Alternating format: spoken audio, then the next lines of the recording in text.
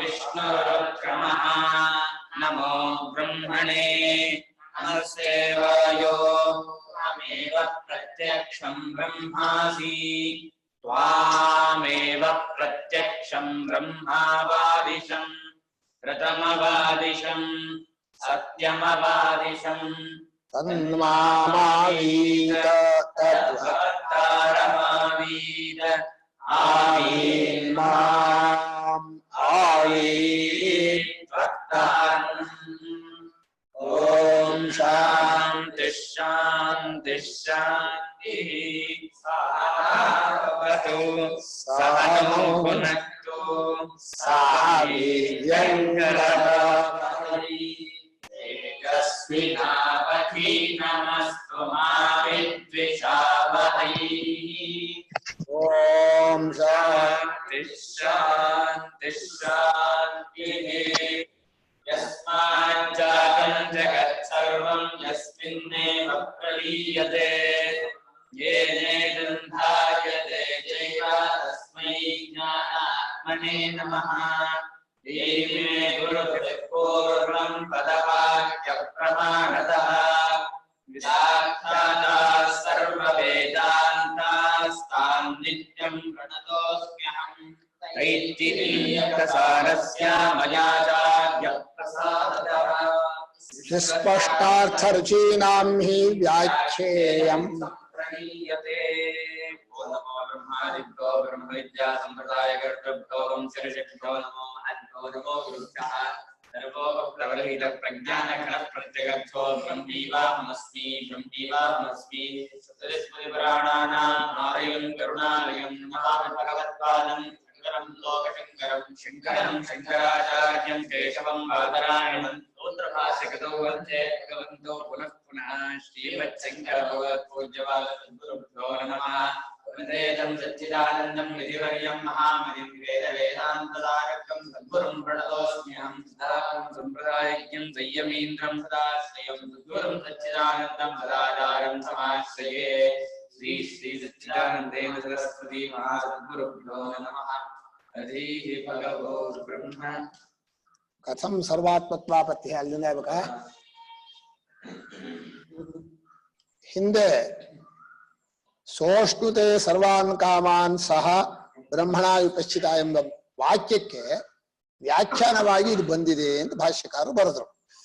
ಇಲ್ಲಿ ಏನಾಯಿತು ಅಂದ್ರೆ ಹಿಂದೆ ಆಕಾಶಾದಿ ಎಲ್ಲ ಕಡೆಯಲ್ಲೂ ಪರಸ್ಪರ ಅನ್ನಾದ ಸ್ವರೂಪ ಯಾವುದು ಪ್ರಪಂಚದಲ್ಲಿ ಭಿನ್ನ ಭಿನ್ನವಾಗಿ ಕಾಣುತ್ತೋ ಅಷ್ಟು ಒಂದೊಂದು ತಿಂದಾಕತ್ತೆ, ಒಂದಕ್ಕೊಂದು ಉಪಕಾರ ಮಾಡತ್ತೆ ಅಂತ ಹೇಳ್ಬೇಕು, ಒಂದಕ್ಕೊಂದು ತಿಂದಾಕತ್ತೆ. ತಿಂದಾಕುವಾಗಲೂ ತಿನ್ನುವವನು ತಿನ್ನಿಸ್ಕೊಳ್ಳೋದು ಅಂತ ಎರಡು ಇರತ್ತಲ್ಲ, ಅದ ಮತ್ತೆ ಪುನಃ ಇವನು ತಿನ್ನೋನು ಅವನು ತಿನ್ನಿಸ್ಕೊಳ್ಳೋದು, ಅವನು ತಿನ್ನೋನು ಇವನು, ಎರಡೂ ಅದ್ಯತೆ ಅತ್ತಿಚ ಭೂತಾನೆ, ಎರಡೂ ಅನ್ನಾದ. ಹೀಗಾಗಿ ಜಗತ್ತೆಲ್ಲ ಪರಸ್ಪರ ಅನ್ನಾದ ಅಂತಂದ್ರೆ ಒಂದೊಂದು ತಿನ್ನತ್ತೆ, ಒಂದ್ ಕಡೆ ನೋಡಿದ್ರೆ ಒಂದೊಂದು ಸಾಯಿಸತ್ತೆ.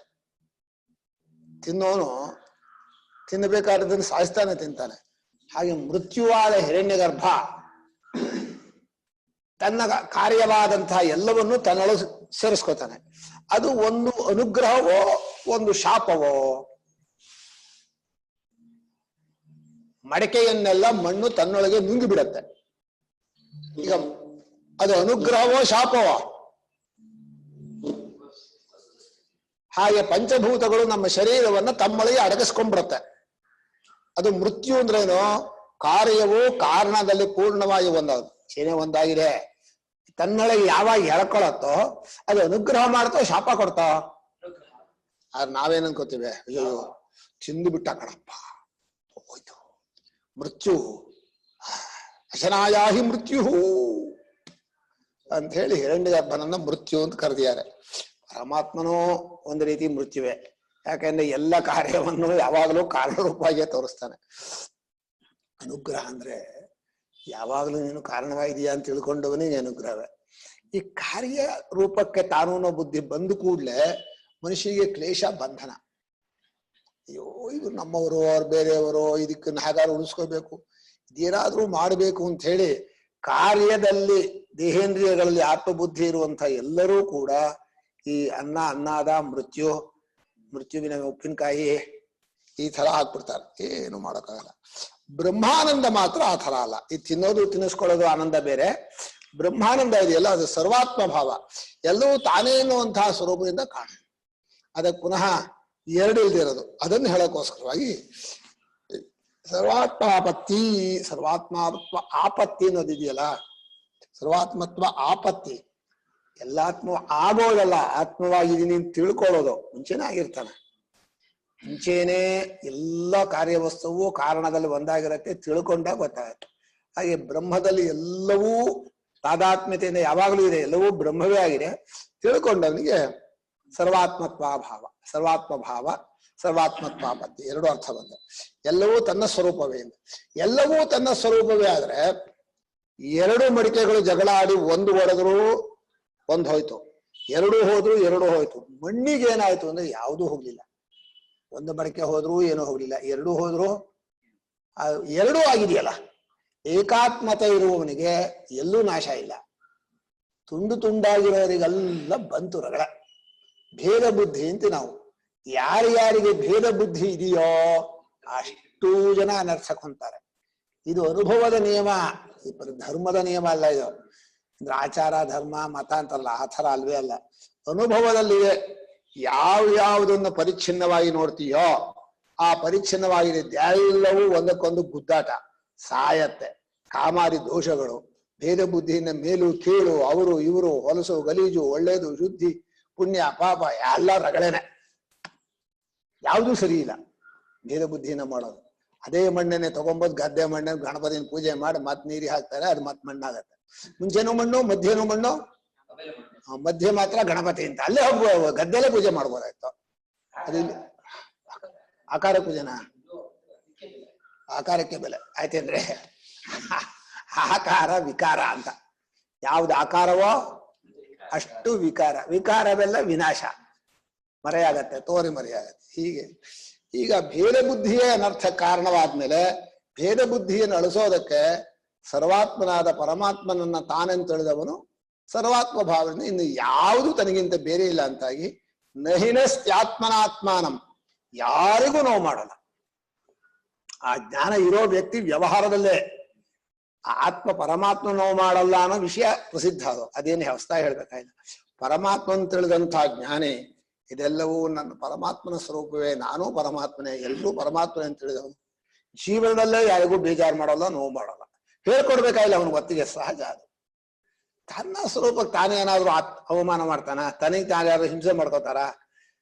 ಸಮಂ ಸರ್ವೇಷು ಭೂತೇಶು ಅದಲ್ಲ, ಸಮಂ ಪಶ್ಯನ್ ಹಿ ಸರ್ವತ್ರ ನಹಿನಸ್ತ್ಯಾತ್ಮನಾತ್ಮ. ಸಮರೂಪನಾದ ಏಕರೂಪನಾದ ಪರಮಾತ್ಮನನ್ನು ಯಾರು ಎಲ್ಲೆಲ್ಲೂ ನೋಡ್ತಾನೋ ಅವನು ಯಾರಿಗೂ ಹಿಂಸೆ ಮಾಡಲ್ಲ, ತನ್ನ ಪಾಡಿ. ಈ ವ್ಯವಹಾರ ಕಷ್ಟ. ವ್ಯವಹಾರದಲ್ಲಿ ಇಬ್ಬರ ಮನಸ್ಸು, ಇಬ್ಬರ ಕ್ರಿಯೆ ಮಾಡಲಿಕ್ಕಾಗತ್ತೆ. ಇದರಲ್ಲಿ ತಾನೊಬ್ಬನೇ ಅಧ್ಯಾತ್ಮದಲ್ಲಿ ತನ್ನದೇ ದಾರಿ ತಾನ್ ತಿಳ್ಕೊಂಡದ್ದು ಸರಿ. ಅವ್ರು ಹ್ಯಾಕೆ ತಿಳ್ಕೊತಾರೆ, ಇವ್ರೇನ್ ತಿಳ್ಕೊತಾರೆ, ಇವ್ರೇನು ಅನ್ಕೋತಾರೆ, ಅವ್ರೇನು. ಅಯ್ಯೋ ವ್ಯವಹಾರವೇ, ಯಾರೇನು ಅಂದ್ಕೊಂಡ್ರೆ ನಿನ್ಗೇನ? ನಿಜವಾದ ನಮ್ಮ ಸ್ವರೂಪವನ್ನು ಯಾರೂ ನೋಡಿಲ್ಲ. ನಮ್ಮ ಸ್ವರೂಪ ಪರಮಾತ್ಮನೇ ಆದ್ರೆ ನೋಡೋರು ಪರಮಾತ್ಮ ಕಾಣ್ತಾನ, ಅವರಿಗೂ ವಿಕಾರವೇ ಕಾಣೋದು. ಆದ್ರೆ ನಮ್ಮನ್ನು ತಿಳ್ಕೊಳ್ಳದೇ ಇದ್ದವರು ಅಂತ ಇಟ್ಕೊಳ್ಳೋಣ. ವ್ಯವಹಾರದಲ್ಲಿ ನಮ್ಮನ್ನು ತಿಳ್ಕೊಳ್ಳದೇ ಇದ್ದವರು ನಮ್ಮನ್ನು ಬೈಲಿ ಹೊಗಳಲಿ, ಎರಡು ಅಬ್ಸಲ್ಯೂಟ್ಲಿ ಮಿಸ್ಯೂಸ್. ತಪ್ಪಲ್ವಾ? ಅರ್ಥನೇ ಮಾಡ್ಕೊಳ್ಳಿಲ್ಲ, ಹೊಗಳ್ಬಿಟ್ರು. ಭಾರಿ ಭಾರಿ ಏನು ತಪ್ಪಾಗಿ ತಿಳ್ಕೊಂಡು ಹೊಗಳಿದ್ರೇನು, ತಪ್ಪಾಗಿ ತಿಳ್ಕೊಂಡು ತಗಳಿದ್ರೇನು, ಎರಡೂ ಸಂಬಂಧ ಪಡೋಲ್ಲ. ಆದ್ರೆ ಮನುಷ್ಯನಿಗೆ ಅಭಿಮಾನ ಇದೆ, ಹೊಗಳಿದ್ರೆ ಆಹಾ, ತಗಳ್ಬಿಟ್ರೆ ಅಯ್ಯಯ್ಯೋ ಅನ್ಬಿಟ್ರಲ್ಲ, ಎರಡೂ ತಪ್ಪುತ್ತೆ. ಹೀಗೆ ಸರ್ವಾತ್ಮ ಭಾವದ ಫಲ ವ್ಯವಹಾರದಲ್ಲಿ ಪ್ರಸಿದ್ಧವಾಗಿದೆ ಆ ಜ್ಞಾನದ.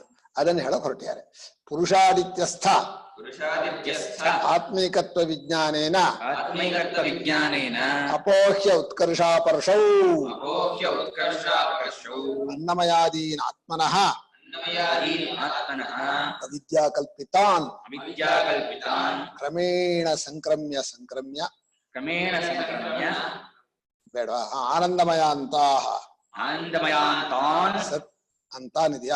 ಸತ್ಯಂ ಜ್ಞಾನಮನಂತಂ ಬ್ರಹ್ಮ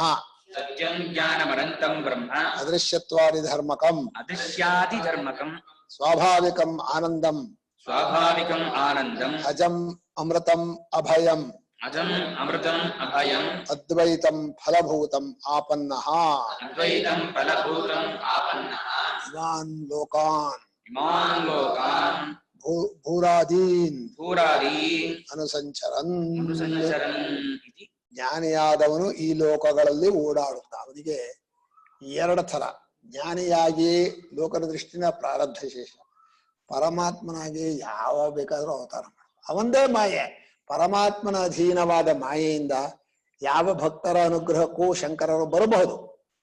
ಈಗ ಪರಮಾತ್ಮನ ಅವತಾರ ಮಾಡೋದು ಇವರ ಅವತಾರ ಮಾಡೋದು ವ್ಯತ್ಯಾಸವೇನಿಲ್ಲ. ನೀವು ಹಾಗೆ ನೋಡಿದ್ರೆ ಗುರುಗಳಾದವರು ಅವತಾರ ಮಾಡಿದ್ರೆ ಒಳ್ಳೆ ಅವತಾರ ಆಗತ್ತೆ. ಪರಮಾತ್ಮ ಮಾಡಿದ್ರೆ ಬಡಿತಾನಷ್ಟೆ, ಅವನು ನಿಗ್ರಹ ಮಾಡೋಕೆ ಇದು ಮಾಡಕ್ಕೆ. ಈ ಭಗವಂತನ ಭಕ್ತರಾದವರು ಜ್ಞಾನಿಗಳಾದವರು ಅವತಾರ ಮಾಡ್ತಾರೆ. ಅವತಾರ ಅಂದ್ರೇನು? ನಾವು ಬ್ರಹ್ಮಸ್ವರೂಪದಲ್ಲಿದ್ದವರು ಸಾಮಾನ್ಯ ಜನಕ್ಕೋಸ್ಕರ ಒಂದು ಆಕಾರವನ್ನು ತಾಳಿ ಒಂದು ಅವತಾರ ಅಂದ್ರೆ ಕೆಳಗಿಳಿಯೋದು ಅಂತ ಅರ್ಥ. ಮೇಲ್ಮಟ್ಟ ಯಾವುದೋ ಬ್ರಹ್ಮಸ್ವರೂಪ. ಬ್ರಹ್ಮಸ್ವರೂಪದಲ್ಲಿದ್ದಂತಹ ಪರಮಾತ್ಮ ಜನರ ಕಣ್ಣಿಗೆ ಕಾಣೋ ಹಾಗೆ ಒಂದು ವೇಷ ಹಾಕೊಂಡು ಮನುಷ್ಯನಾಗಿ ಬಂದ್ರೆ ಅದು ಅವತಾರ. ಪರಮಾತ್ಮ ಹಾಗೆ ಅವತಾರವೋ, ಪರಮಾತ್ಮ ಸ್ವರೂಪದಲ್ಲಿ ಸೇರಿದಂತಹ ಬ್ರಹ್ಮಜ್ಞಾನಿಗಳು ಪರಮಾತ್ಮನೇ ಅವತಾರ ಅಂತ ಹೇಳ್ಬೋದು, ಬ್ರಹ್ಮಜ್ಞಾನಿಗಳ ಅವತಾರ ಅಂತ ಹೇಳ್ಬೋದು. ಶಂಕರರನ್ನ ಶಿವನಾಥ. ನನಗೆ ಆ ಶಂಕರಾಚಾರ್ಯಂ ಕೇಶವಂ ಬಾದರಾಯಣಂ ಇದೆಯಲ್ಲ ಶ್ಲೋಕ ತುಂಬಾ ಚೆನ್ನಾಗಿಲ್ಲ. ಶ್ರುತಿ ಸ್ಮೃತಿ ಪುರಾಣ ನಾನು ತುಂಬಾ ಚೆನ್ನಾಗಿದೆ. ಅದು ಏನ್ ಮಾಡ್ಬಿಟ್ಟಿದ್ದಾರೆ ಅಂದ್ರೆ, ಶಂಕರನೇ ಶಂಕರಾಚಾರ್ಯರಾದ, ಕೇಶವ ಬಾದರಾಯಣ. ಅದೇನು ಶಂಕರ ಕೇಶವ ಏನು ವ್ಯತ್ಯಾಸ? ಹೆಸರಲ್ಲ ಕಣಲ್ಲಿ. ಅವ್ರು ಇಟ್ಕೊಂಡು ಶ್ಲೋಕದ ಅಭಿಪ್ರಾಯದಲ್ಲಿ ಏನಂತಿದಾರ?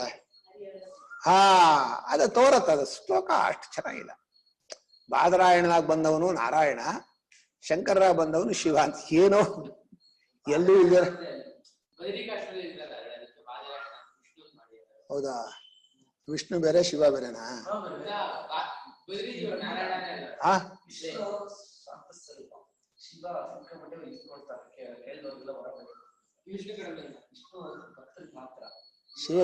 ಶಿವ ವಿಷ್ಣು ಭೇದ ಮಾಡುವವನನ್ನ ಮನೆ ಸೇರಿಸ್ಬೇಡ, ಮುಖ ನೋಡ್ಬೇಡ. ಅಲ್ಲಪ್ಪ, ಒಂದೇ ಸ್ವರೂಪ ಮಂಗಳಕರವಾದ್ರೆ ಶಿವ ಅಂತೂ ಎಲ್ಲೆಲ್ಲಿ ಇರೋದ್ರಿಂದ ವಿಷ್ಣು ಅಂತೂ ಹೇಳಿದ್ರೆ ಹಾಗೆ ಹೇಳ್ಬೇಡಿ. ಅದಾಗಲ್ಲ, ಶಿವ ಬೇರೆ ವಿಷ್ಣು ಬೇರೆ. ಯಾರು ಹೇಳಿದ್ರ? ಹುಚ್ಚು. ಮಾಧುರ ಜೊತೆ ಸೇರಿ ಹಾಳ ಹೋಗ್ತೀವಿ ಅಷ್ಟೆ.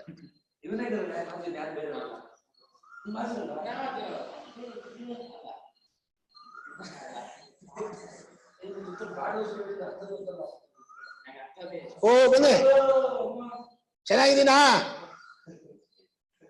ನಾನು ನೋಡಿದವರಿಗೆ ವಸ್ತು ಕೊಡ್ಬೇಕು, ನನಗಿಲ್ಲ. ಹೀಗೆ ಆದಿತ್ಯ ಪುರುಷಾದಿತ್ಯಸ್ಥ, ಮನುಷ್ಯನಲ್ಲೂ ಆದಿತ್ಯನಲ್ಲೂ ಇರುವಂತಹ ಚೈತನ್ಯ ಸ್ವರೂಪ ಆತ್ಮೈಕತ್ವ. ಒಬ್ಬನೇ ಪರಮಾತ್ಮನೇ ಆದಿತ್ಯ ಎಂಬ ಉಪಾಧಿಯಿಂದ ಪ್ರಪಂಚಕ್ಕೆ ಬೆಳಕನ್ನು, ಉಷ್ಣವನ್ನು, ಶಕ್ತಿಯನ್ನು ಕೊಡ್ತಾ ಇದ್ದಾನೆ ಜೀವ. ಯಾರೋ? ಪರಮ ಆದಿತ್ಯಸ್ಥ ಚೈತನ್ಯ, ಹಿರಣ್ಯಗರ್ಭನಲ್ಲ. ಆದಿತ್ಯನಲ್ಲಿರುವಂತಹ ಚೈತನ್ಯ ರೂಪನಾದ ಪರಮಾತ್ಮನು, ದೇಹದ ಮನುಷ್ಯನಲ್ಲಿ ಇರುವ ಚೈತನ್ಯ ಆದ ಪರಮಾತ್ಮನು ಒಬ್ಬನೇ ಅಂತ ಯಾರು ಜ್ಞಾನಿಯಾದವನು ತಿಳ್ಕೋತಾನೋ, ಆ ಆತ್ಮೀಕತ್ವ ವಿಜ್ಞಾನ ಅನ್ನೋದ್ರಿಂದ ಅಪೋಹ್ಯ ಉತ್ಕರ್ಷ ಅಪಕರ್ಷವು, ಮೇಲು ಕೀಳು, ದೊಡ್ಡದು ಸಣ್ಣದು, ದೊಡ್ಡವರು ಎಲ್ಲ ಹೋಯ್ತು. ಯಾವ ಅಪಕರ್ಷವೂ ಇಲ್ಲ, ಉತ್ಕರ್ಷವೂ ಇಲ್ಲ. ಮೇಲು ಕೀಳು ಎಂಬ ಬುದ್ಧಿಯೂ ಇಲ್ಲ, ನಾನು ನೀನು ಇಲ್ಲ, ಅವರು ಇವರು ಇಲ್ಲ, ಮೇಲೆ ಹೆಚ್ಚು ಕಡಿಮೆ ಇಲ್ಲ, ಒಳ್ಳೇದು ಕೆಟ್ಟದ್ದು ಇಲ್ಲ, ಯಾವುದೂ ಇಲ್ಲ. ಉತ್ಕರ್ಷಾಪಕರ್ಷವು ಅಪೋಹ್ಯ. ಉದಾಹರಣೆ ಹೇಳಿದ್ರು, ಉತ್ಕರ್ಷಾಪಕರ್ಷ ಯಾಕಂದ್ರೆ ಆದಿತ್ಯ ಅಷ್ಟು ಬೆಳಕು ಕೊಡ್ತಾನೆ, ಇವನು ಇಷ್ಟೇ ಇದ್ದಾನೆ ಅಂತ. ಅದು ಎರಡೂ ಸುಳ್ಳು. ಉಪಾಧಿಯಲ್ಲಿರುವಂತಹ ಯಾವುದೇ ಧರ್ಮವು ಚೈತನ್ಯಕ್ಕೆ ಸೇರಿಲ್ಲ ಅಂತ ಹೇಳಿ, ಈಗ ಅನ್ನಮಯಾದಿಯಿಂದ ಹಿಡಿದು ಆನಂದಮಯ ಅಂತವರೆಗೆ, ಅನ್ನಮಯಾದೀನ ಆತ್ಮನಃ. ಆತ್ಮನಃ ಯಾವ ಭಕ್ತೆ? ಬುದ್ಧಿವಂತ. ಇವನು ಚುರುಕ ಹೇಳ್ತಾನೆ. ಯಾವ್ದಾ? ಆತ್ಮನಃ ಪಂಚಮಿ ಷಷ್ಠಿ. ಎಲ್ಲ ಬುದ್ಧಿವಂತರ ನೀವು, ಬೇಗ ಹೇಳ್ರ. ನಿಮ್ ಶಿಷ್ಯರು ಅಂದ್ರೆ ಏನ್ ಸ್ವಾಮಿ? ಅಲ್ಲ, ಹಿಂದಿನ ಪದ ಅನ್ನಮಯಾದೀನು ಇದೆ, ಮುಂದೇನಿದೆ? ಆತ್ಮನಃ ಇದೆ. ದ್ವಿತೀಯ ಅದೇ ಕ್ಲೂ ಕೊಡ್ಬೇಕಲ್ವನ, ಹೇಳ್ಕೊಟ್ರೆ ಅರ್ಥ ಆಗತ್ತೆ. ಅನ್ನಮಯಾದಿ ಆತ್ಮರನ್ನು ಆತ್ಮನಃ ಅಂತ ಹಾಕಬೇಕಾದ್ರೆ ಹಿಂದಿನ ಪದ ಭಾಷ್ಯಕಾರರವರು ಎಂಥ ಭಾಷ್ಯಕಾರರು. ಅನ್ನಮಯಾದೀನ್ ಆತ್ಮನಃ ಅವಿದ್ಯಾ ಕಲ್ಪಿತಾನ್. ಪಾಪ ಒಬ್ಬರು ಸರಿ ಇಲ್ಲ ನೆಟ್ಟಿಗೆ, ಎಲ್ಲ ನಂಬರ್ ಚೋರ್, ಏಕ್ ನಂಬರ್ ಚೋರ್ ಅಂತ ಕಳ್ರು ಇವರು. ಎಲ್ಲಿ ಬಂದು ಬುದ್ಧಿ ಸೇರ್ಕೊಂಡಿದ್ದಾರೆ? ದೇಹದಲ್ಲಿ ಒಬ್ಬ ನಾನು ಅಂತಾನ, ಇಂದ್ರಿಯ ನಾನು ಅಂತಾನ, ಎಲ್ಲ ಕಳ್ಳ ನಾನುಗಳೇ, ನಿಜವಾದ ನಕಲಿ ನಾನುಗಳೇ ಹೊರತು ನಿಜವಾದ ಸ್ವರೂಪದ ನಾನು ಯಾರೂ ಇಲ್ಲ. ಎಲ್ಲ ವೇಷ ಹಾಕೊಂಡು ಬಂದು ನಾನು ಅಂಥವನು ಇಂಥವನು ಕುಡಿತಾ ಇದ್ದಾರೆ. ಅನ್ನಮಯಾದೀನ್ ಆತ್ಮನಃ ಅವಿದ್ಯಾ ಕಲ್ಪಿತಾನ್. ಪಾಪ ಶಾಸ್ತ್ರ ನಾನು ಅಂತೀಯ, ನಿನ್ಗೆ ಅರ್ಥ ಆಗಿಲ್ಲ, ನಾನು ನಾನು ಮಾಡ್ಕೊಂಡಿದೀಯ. ನಕಲಿ ವೇಷ ಹಾಕೊಂಡಿದೀನಿ ಗೊತ್ತಿದ್ರೆ ಪರವಾಗಿರ್ಲಿಲ್ಲ, ಬೇಡ ಇರ್ಲಿ. ಎತ್ತು ಕುಡಿಯೋಕ್ ಹೋದ್ರೆ ಸುಟ್ಟು ಬಿಡತ್ತ. ಇಲ್ಲ ಇಲ್ಲ, ನೀನ್ ಹೇಳೋದು ಅನುಭವ, ನಾನು ಎಲ್ಲಕ್ಕೂ ಸುಂದರ. ಕಾಫಿ ಕುಡಿಯೋ ಅನುಭವ ಎಲ್ಲರಿಗೂ ಒಂದೇ. ಕಾಫಿ ಒಬ್ರಿಗೆ ಬೇಡ, ಒಬ್ರಿಗೆ ಬೇಕೋ.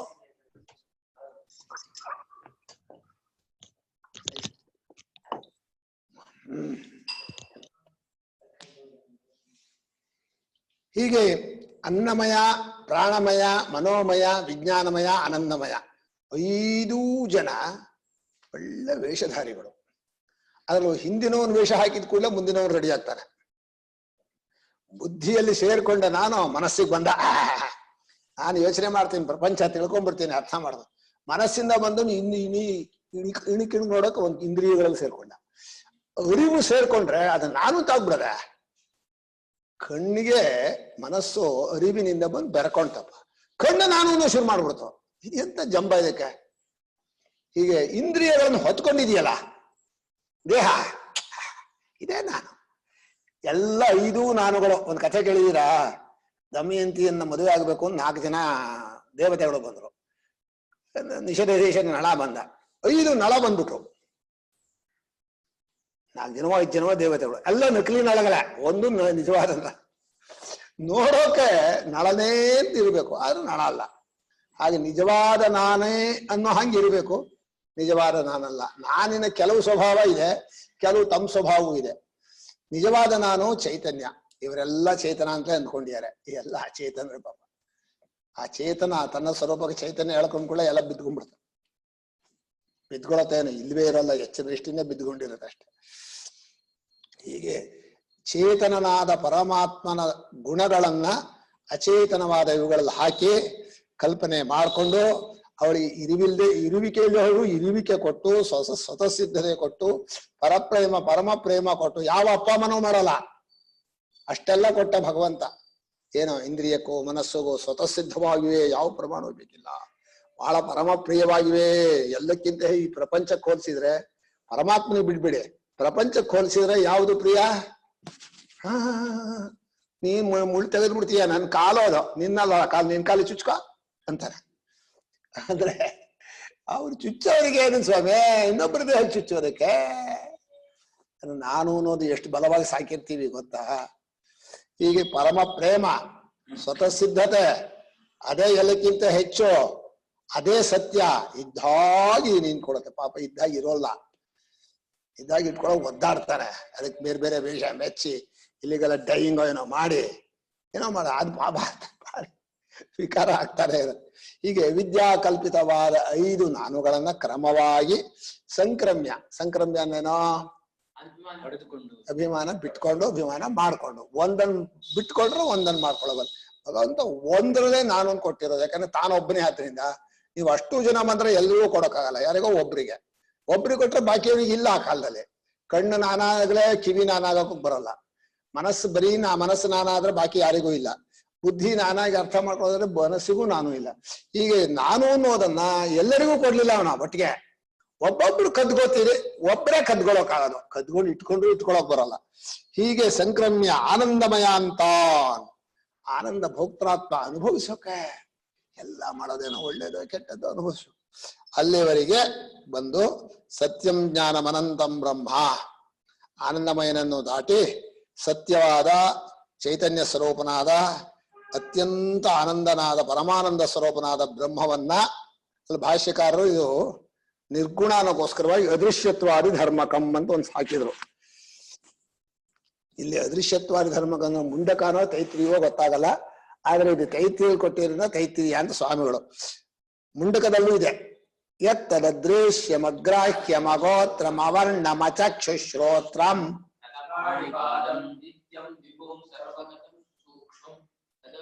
ಯದ್ಭೂತ ಯೋನಿಂ. ಹೀಗೆ ಅದೃಶ್ಯತ್ವಾದಿ ಗುಣವು ಬ್ರಹ್ಮದಲ್ಲಿದೆ ಅಂತ ಮುಂಡಕದಲ್ಲೂ ಇದೆ. ದೃಶ್ಯನಾಗೋದಿಲ್ಲ, ಕಣ್ಣಿಗೆ ಕಾಣ, ಅದೃಶ್ಯಂ, ಅಗ್ರಾಹ್ಯಂ ಅದು ಇತ್ಯಾದಿ ಸ್ವರೂಪವನ್ನು ನಿರ್ದೇಶ ಮಾಡೋ ವಾಕ್ಯಗಳು. ತೈತ್ರಿಯದಲ್ಲಿ ಎಲ್ಲಿದೆ?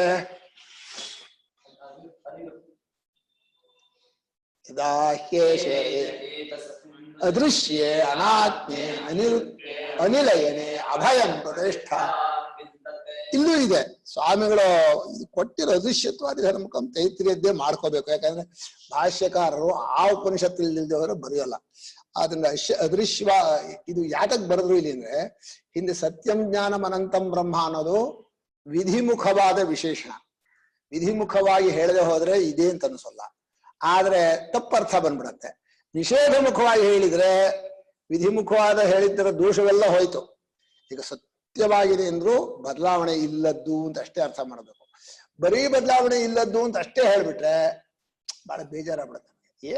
ಏನಿದೆ ಅಂತ ಹೇಳ್ರಿ, ಅದಿಲ್ಲ ಇದಿಲ್ಲ, ನೇತಿ ನೇತಿ. ಯಾಕೆ ನೇತಿ ನೇತಿ ಹೇಳ್ತೇವೆ? ಏನಿದೆ ಅಂತ ಹೇಳಿ ಸ್ವಾಮಿ ಅಂತ ಮನುಷ್ಯನಿಗೆ ವಿಧಿಮುಖವಾದ ಶಬ್ದದಲ್ಲಿ ಇಷ್ಟ. ಅದಕ್ಕೆ ರಾಮಾನುಜರು ಹಾಗೆ ಮಾಡಿದ್ರು.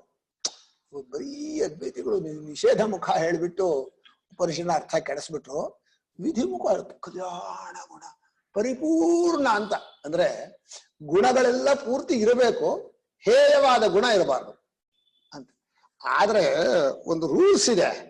ಯಾವುದೇ ಗುಣ ಇದ್ರೂ ಗುಣ ಏನಾಗತ್ತೆ? ಪ್ರಪಂಚದಲ್ಲಿ ಚೇಂಜ್ ಆಗತ್ತೆ, ಗುಣ ನಾಶವಾಗತ್ತೆ. ಪರಮಾತ್ಮನೇ ಇರಬಹುದು, ಇಂದ್ರನೇ ಇರಬಹುದು, ಹಿರಣ್ಯಗರ್ಭನೇ ಇರಬಹುದು, ಗುಣ ಇರುತ್ತೆ ಅದರಲ್ಲಿ. ಸ್ವರೂಪ ಆದ್ರೆ ಇರಲ್ಲ, ಚೇಂಜ್ ಆಗಲ್ಲ. ಅದಕ್ಕೆ ಭಾಷ್ಯಕಾರರು ಜ್ಞಾನೇಶ್ವರ್ಯಾದಿಗಳನ್ನು ಸ್ವರೂಪ ಅಂತ ಹೇಳಿದ್ರೆ ಹೊರತು ಗುಣ ಅಂತ ಹೇಳಲಿಲ್ಲ. ಗುಣಗುಣಿ ಭಾವ ಅನ್ನೋದು ಸರಿಯಲ್ಲ. ಗುಣಗುಣಿ ಭಾವದಲ್ಲಿ ವಿಕಾರ ಆಗ್ಬಿಡತ್ತೆ. ಎರಡಕ್ಕೂ, ಗುಣಕ್ಕೂ ವಿಕಾರ, ಗುಣಿಗೂ ವಿಕಾರ. ಉಪಯನ್ ಅಪಯನ್ ಧರ್ಮ ಧರ್ಮಿಣಂ. ಧರ್ಮ ಅಂದ್ರೆ ಗುಣ. ಹೀಗೆ ಅದೃಶ್ಯತ್ವಾದಿ ಧರ್ಮಕವಾಗಿದೆ ಸತ್ಯಂ ಜ್ಞಾನಂ ಅನಂತಂ ಬ್ರಹ್ಮ ಅಂತ ಆ ಬ್ರಹ್ಮ ಶಬ್ದಕ್ಕೆ ಶ್ರುತಿಯೇ ವ್ಯಾಖ್ಯಾನ ಮಾಡಿದೆ ಅಂತ ಇಟ್ಕೋಬೇಕು. ಸ್ವಾಭಾವಿಕವಾದ ಆನಂದ ಅಂದ್ರೆ ಬಾಕಿ ಕಡೆಯಲ್ಲಿ ಕರ್ಮದ, ಕಾಲಾಂತರದ, ಬೇರೊಂದ್ ಕಡೆ ಚೆನ್ನಾಗಿ ತಿಂದ್ರೆ ಆವಾಗ ಬರೋ ಆನಂದ.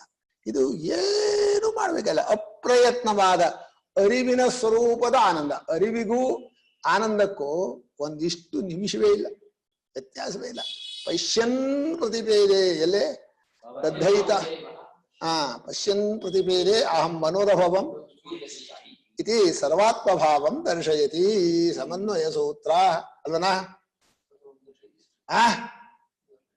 ಅಲ್ವಾ?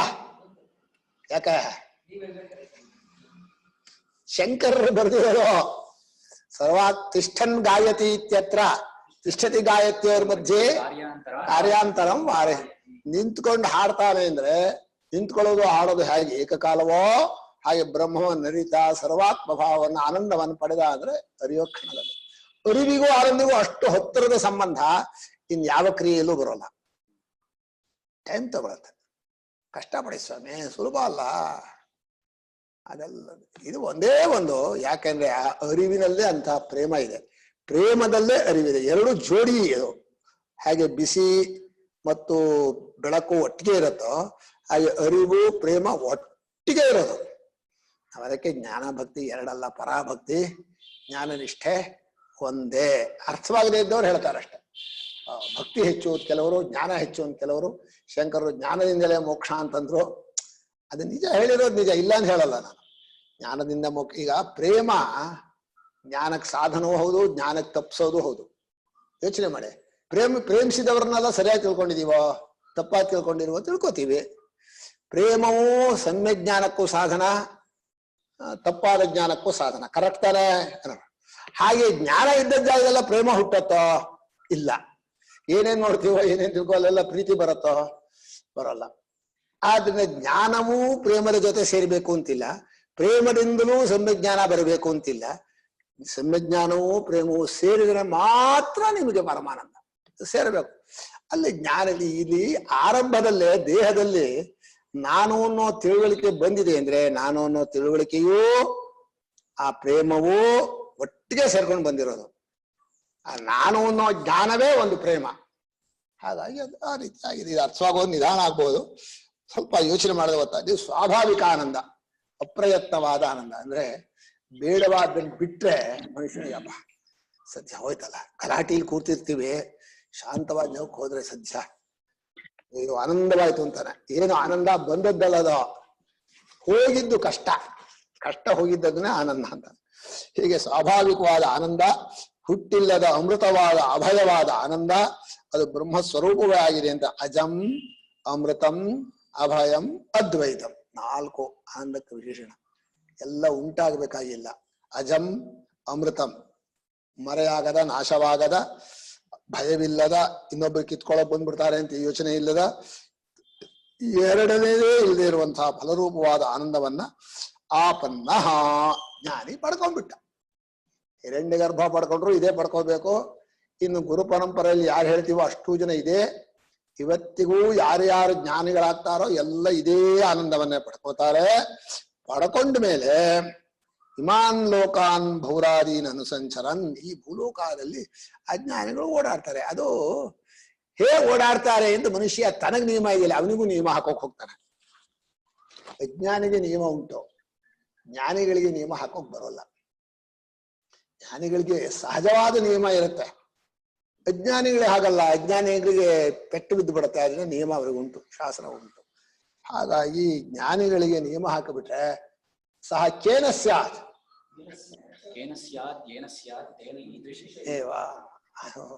ಹೇಗಿರ್ಬೇಕ್ರೆ, ಹೇಗಿದ್ರೇನ್ರಿ ಅವ್ರ ಜ್ಞಾನಕ್ಕೇನು ಮುಕ್ಕಾಗಲ್ಲ, ಆನಂದಕ್ಕೇನು ಮುಕ್ಕಾಗಲ್ಲ, ಯಾವುದು ಏನು ಹೋಗಲ್ಲ ಅಂತ ಹೇಳಿದಾಗ ಈ ಭೂಲೋಕದಲ್ಲಿ ಓಡಾಡ್ತಾ ಇರ್ತಾರೆ.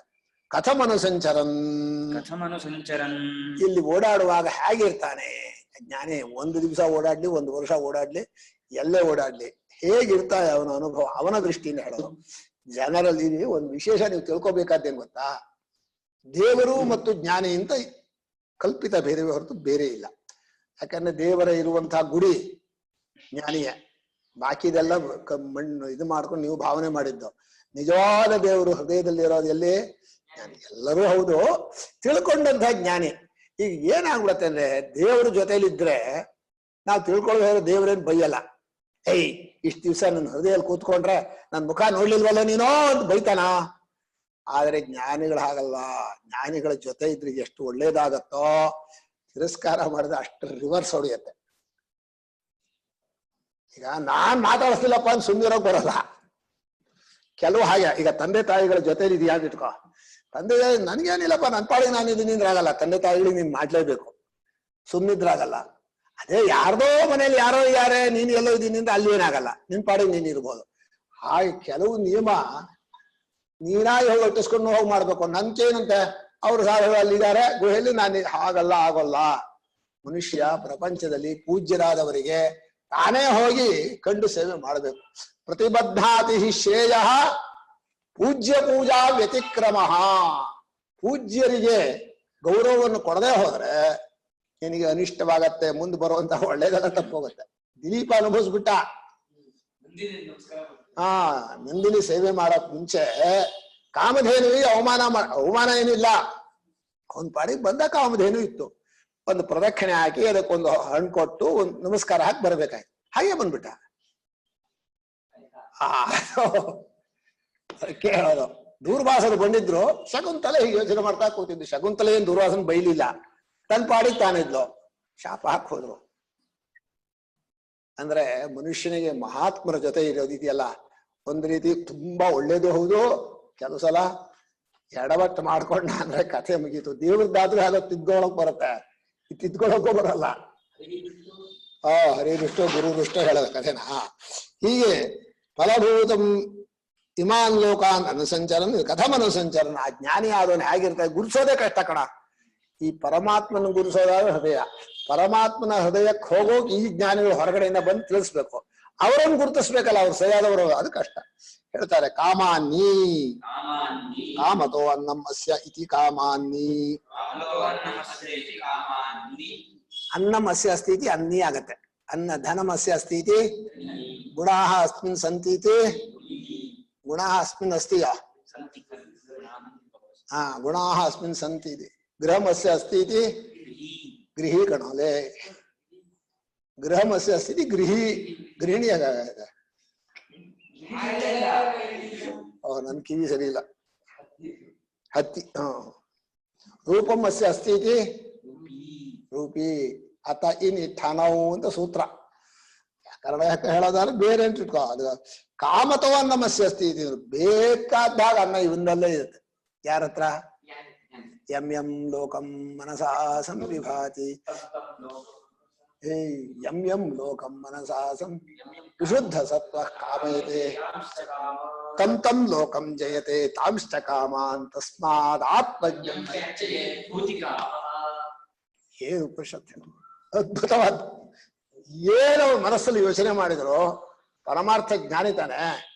ಸತ್ಯವಾದ ಮನಸ್ಸಿನಲ್ಲಿ ಯೋಚನೆ ಮಾಡಿದ್ರೆ ಹೇಗೆ ಹಿರಣ್ಯಗರ್ಭನಿಗೆ ಸೃಷ್ಟಿ ಆರಂಭದಲ್ಲಿ ಯೋಚನೆ ಮಾಡಿದ್ದೆಲ್ಲ ಸೃಷ್ಟಿ ಆಯ್ತೋ, ಈ ಜ್ಞಾನಿ ಮನಸ್ಸಲ್ಲಿ ಬಂತು ಅಂದ್ರೆ ಬಂತು. ವರ್ಕಿಂಗ್ ಇಲ್ಲ, ನೋ ವರ್ಕಿಂಗ್. ನಿಯಮ ಏನು ಅಂದ್ರೆ ಅವನ ಮನಸ್ಸೇ ನಿಯಮ. ಹೀಗೆ ಪರಿಶುದ್ಧನಾದ ಜ್ಞಾನಿಯಾದವನು ತನ್ನ ಮನಸ್ಸಿನಲ್ಲಿ ಅವನಿಗೇನು ಬರಲ್ಲ ಕಾಮಗಳು, ಇಂಥದ್ದಾಗಬೇಕು ಇಂಥದ್ದು ನಡೀಲಿ, ಏನು ಬರಲ್ಲ. ಆದ್ರೆ ಅಕಸ್ಮಾತ್ ಲೋಕದ ವ್ಯವಹಾರ ದೃಷ್ಟಿಯಿಂದ ಏನಾದ್ರೂ ಬಂದ್ರೆ ಅಷ್ಟನ್ನು ಅವನು ಎದ್ಕೊಂಡ್ಬಿಡ್ತಾನೆ. ತಸ್ಮಾತ್ ಲೋಕದ ಐಶ್ವರ್ಯವೆಲ್ಲ ಬೇಕೋ, ಲೋಕದ ಒಳ್ಳೇದೆಲ್ಲ ಆಗಬೇಕು ಅಂತಿದ್ರೆ ಅವರು ಆತ್ಮಜ್ಞಾನಿಯನ್ನು ಸೇವೆ ಮಾಡಿ, ಶಿವನಿಗೆ ಅಭಿಷೇಕ ಮಾಡಿ ಇಲ್ಲ, ಗಣಪತಿ ಪೂಜೆ ಮಾಡಿ ಇಲ್ಲ. ಇದೇನಾ ಆತ್ಮಜ್ಞಂ? ಒಂದೇ ವಿಷಯ ಹೇಳಿರೋದು. ಎಂಥೆಂಥವರು.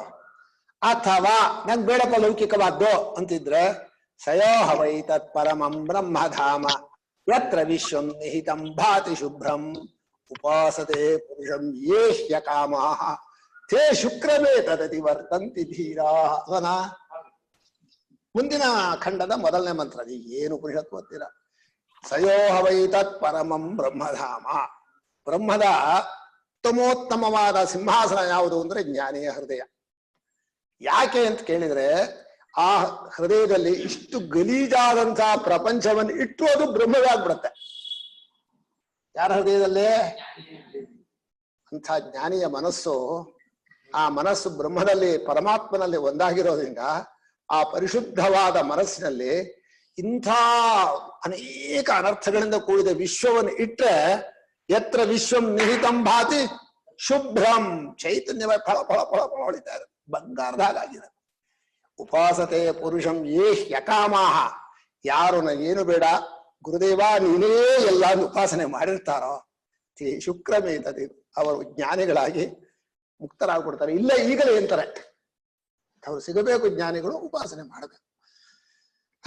ಓದು ಕಾಮಾನ್ನಿ ಕಾಮತೋಸ್ಯಾನ್ನಿ ಇತಿ ಕಾಮಾನ್ನಿ. ಅವನು ಏನೇನ್ ಬಯಸ್ತಾನೋ ಅದೇ. ಅನ್ನವೇ ಮೊದಲನೇ ಕಾಮ. ಯಾಕಂದ್ರೆ ಹುಟ್ಟಿದಾಗ ಮೊದಲು ಬೇಕು ಅನ್ನೋದು ಯಾವ್ದು? ನೀ ಚಿನ್ನ ಕೊಟ್ರು ತಿನ್ನಲ್ಲ, ಏನ್ ಕೊಟ್ರು ತಿನ್ನಲ್ಲ ಮಗು. ಏನ್ ತಿನ್ನತ್ತೆ? ಹಾಲು. ಏನಾದ್ರೂ ಕೊಟ್ರೆ ಹಿಂಗ್ ನೆಕ್ಕ ನೋಡತ್ತೆ, ಇಲ್ಲ ಅಂದ್ರೆ ಹಿಂಗ್ ಬಿಸಾಕತ್ತೆ. ಅದಕ್ಕೆ ಅನ್ನವೇ ಪ್ರಧಾನ. ಅದನ್ನ ಕಾಮದಲ್ಲಿ ಅನ್ನವೇ ಪ್ರಧಾನ. ಬಯಸೋದ್ರಲ್ಲಿ ಕಾಮಾನ್ನಿ ಅಲ್ಲ, ಅನ್ನವಷ್ಟೇ ಬೇಕು, ಬಾಕಿದ್ದೇನು ಬೇಡ ಅಂದ್ರೆ ಒಂದ್ ರೀತಿ ಧರ್ಮ್ಯವಾದ ಕಾಮ. ಧರ್ಮ ವಿರುದ್ಧೋ ಭೂತೇಶು.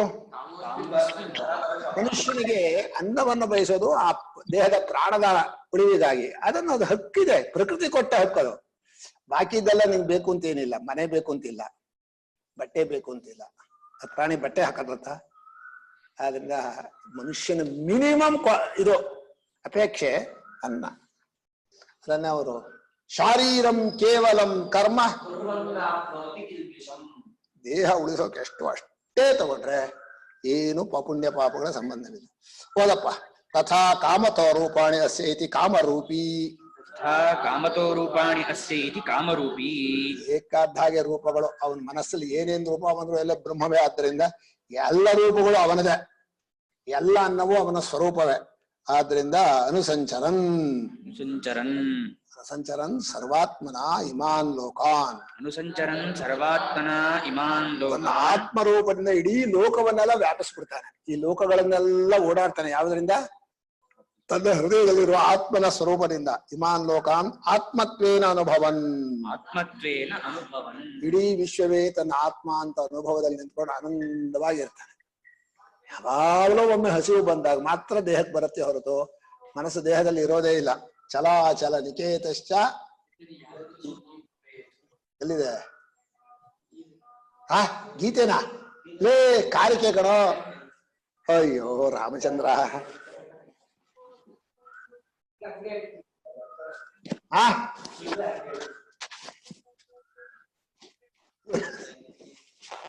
ಅಯ್ಯೋ ಹೋಗಿ.